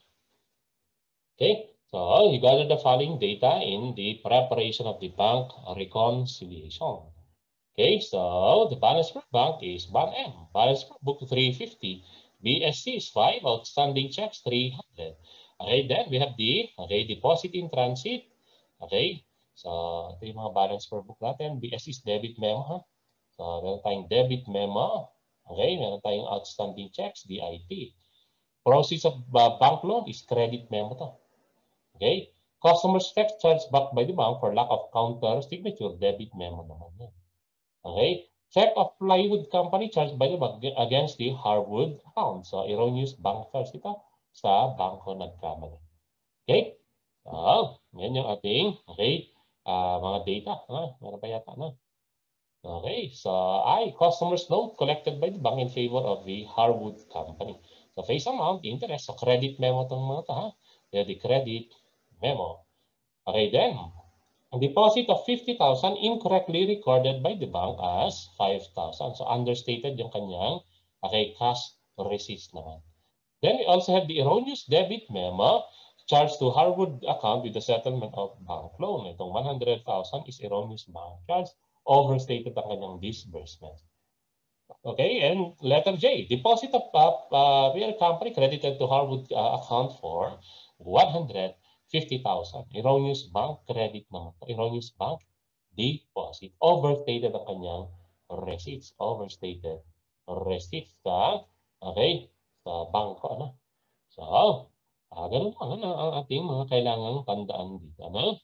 So, let's prepare the bank reconciliation so per bank and per book. Okay. Okay. So, okay. So, balance per, okay, bank. So, okay, 1 million. DIT, okay, 237,000 pesos. Okay, understatement of the deposit, 50 minus 5, 5,000 pesos. Okay, then, erroneous bank charge, add pa rin yan, ha? Okay, sobra ang kanyang receipts nun. So, 75,000 pesos. Then, okay, erroneous bank debit memo is 100,000. 457,500.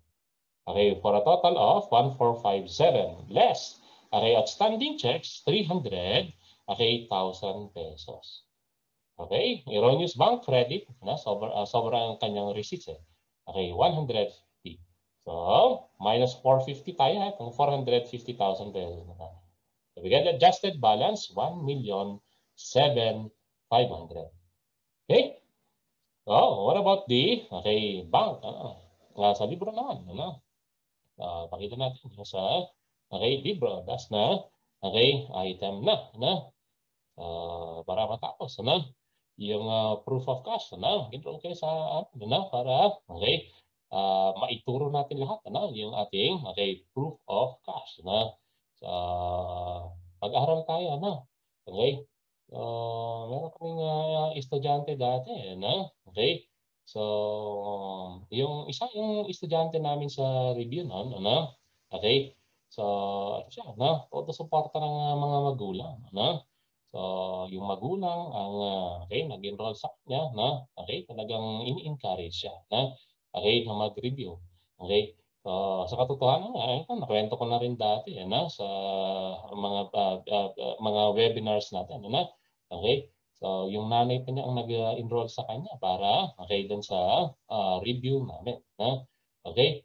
So, matindi ang suporta, okay? Sinakripisyo pa nga yung isang pag-aaral ng isang kapatid niya para lang makapag-review siya at nakita siya sa noong wala pang online, nakita siya sa uncle niya dito sa Baguio.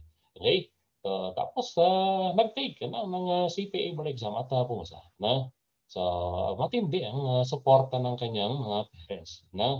Okay? So, isang estudyante na yung mga parents naman ang nagdi-discourage sa kanya na mag-take ng CPA board exam. Okay? Kasi sabi, nakadalawa ka na anak, so sobrang kahihiyan na, parang ganun yung sinasabi nila. Okay? So, ito yung sa libro nag-appear na. Okay? So, anong nangyari? Yung nung nag-take talaga, pinilit naman ng bata na mag-take, okay? Nung nag-take ng board exam, nagalit siya, okay? Yung difference ng pagsusuporta kasi ng mga parents, Pero sa atin, ang point ko naman dito, kahit na okay, so yung mga magulang natin ay sinusuportahan tayo yung mga kapatid natin okay, so karamihan naman sa atin merong suporta okay, kaya lang kasi minsan sila pa mga support system natin okay, so sila pa ang mga nagdi-discourage sa atin na mag-take ng CPA board exam. Okay? So sana maging determinado pa rin tayo, okay, na mag-take ng CPA board exam. Okay? So meron akong kakilala na more than 13 times na nag-take ng CPA board exam. Okay? So he did not give up. So more than 13 times na nag-take ng CPA board exam pero naging CPA siya. Ang importante doon sa dulo, naging CPA. Na? Okay? So, meron ba kayong kakilala? Ako meron. Na? Okay? Hindi ko invento itong kwentong ito. Na? Okay? So, nag-take ng CPA for exam, determinado pa rin siya na maging CPA. At naging CPA, nakuha niya talaga. Na? Okay? So, kahit na first time mo na mag-take ngayong 2021, na? Sana ibigay pa rin ang makakaya. Na? Medyo matagal pa ng konti. Na? Okay? Para naman sa mga hindi pa nakapag-decide na mag-enroll, mag-enroll pa. Na? Okay? May mga time pa, na? September pa lang, October pa lang tayo. Na? Okay? Pwede pa tayong mag-take ng CPA board exam. Na? Yun ang kagandahan ngayon ng ating na? Kahit saan ka, basta may internet. Na? Okay? Kahit saan ka, pwede ka okay, mag-review. Okay? Anytime, anywhere. Na? Okay, you can review. Ano? So, yun yung kagandahan dito. No? Okay, so ito yung balance workbook. 350, the process of bank loan. Okay, credit memo to, no? Including the note collected. This is a credit memo. Okay, then debit memo. Okay, na 5,000. Debit memo na customer checks charged back by the bank. Okay, so 25. So for a total of 1 million, okay, 7,500. 1,007,500. Okay? So, next. What about the journal entries? Ganito lang yung sekreto sa journal entry. Na, halimbawa itong 470 na to. Ano ang ginawa natin sa cash in bank? Dinagdagan, di ba? Okay, doon sa libro. So, paano mo dadagdagan ang ating cash in bank? Balik lang tayo doon na. Okay. So, paano mo dadagdagan ang ating cash in bank? Diba? I-debit mo. So, debit to cash in bank, credit to the bank loan, loans payable. Okay, ganun din to. Okay, dinagdagan mo ang cash in bank, you will debit the cash in bank.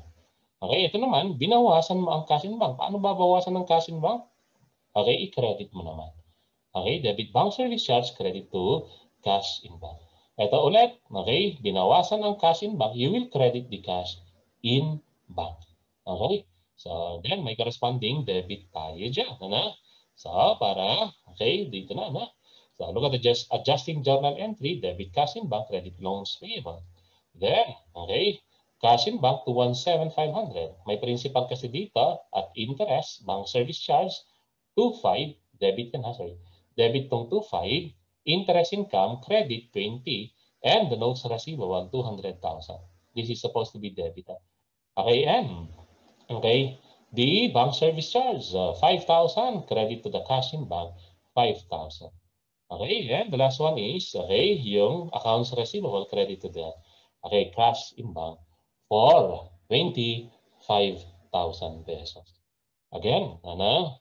So, yung proof of cash, ano? So, tatakal natin yan, ano? Okay? Sa mga mag-i-enroll, ano? Sa ating review, okay? Tatakal natin yung, okay, the easiest way, ano? Para sa ating, okay, presentation ng ating proof of trust. Okay? So, with that, sabi nga natin, ano, kailangan lang natin ng okay, determinasyon. Kailan ba tayo maging CPA? No?